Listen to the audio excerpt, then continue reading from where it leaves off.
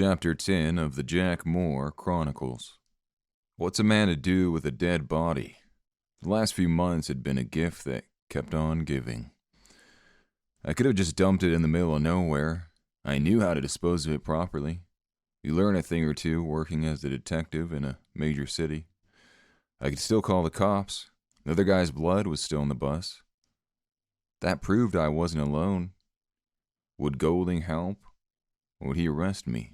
Would it be worth the risk? If I was behind bars, what good could I do? The choices were endless. A bump in the road took me out of these thoughts. I needed to make a move. I dialed the number on the phone. "Golding," he said, his voice tired. "This is Jack. I'm going to do something stupid." "So you're calling to tell me that you're being yourself?" "Just shut up and listen." I could hear a sigh on the other end of the phone. I told Golding everything that had happened between the time he took me in for questioning and now. The phone was silent for a minute straight. "Where are you now?" Golding asked. I hesitated. Was this the right move? What if I told him and he just brought a SWAT team and I ended up a squash fly? Now I was the one causing silence.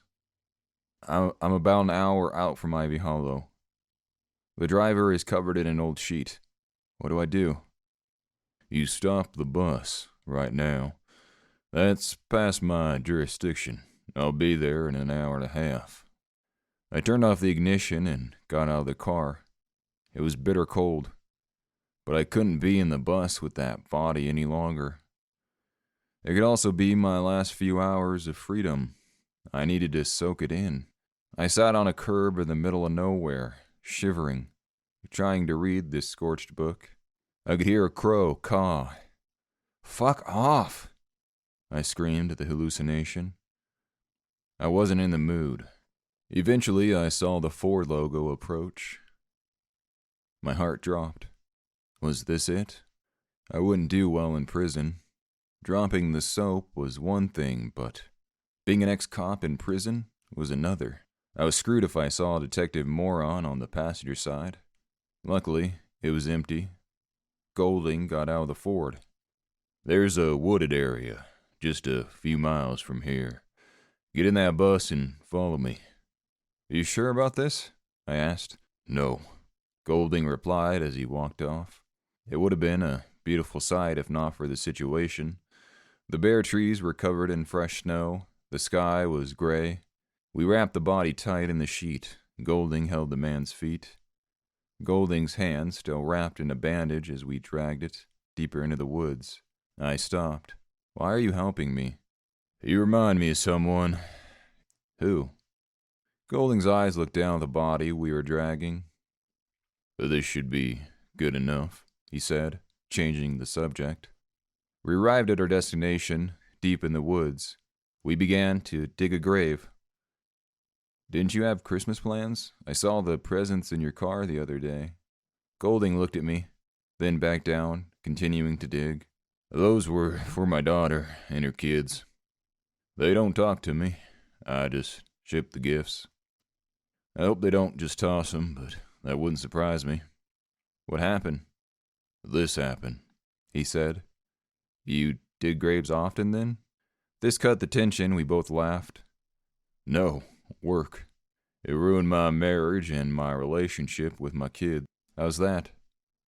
"The nightlife, Jack. It takes from you. Once I saw the reality, it took everything from me, just like it's doing to you." This hit hard. I'd lost Stephen, my job, my sanity. We finished burying the body. Golding began to walk away, and I stopped him. "We can't just leave him here forever." "We won't.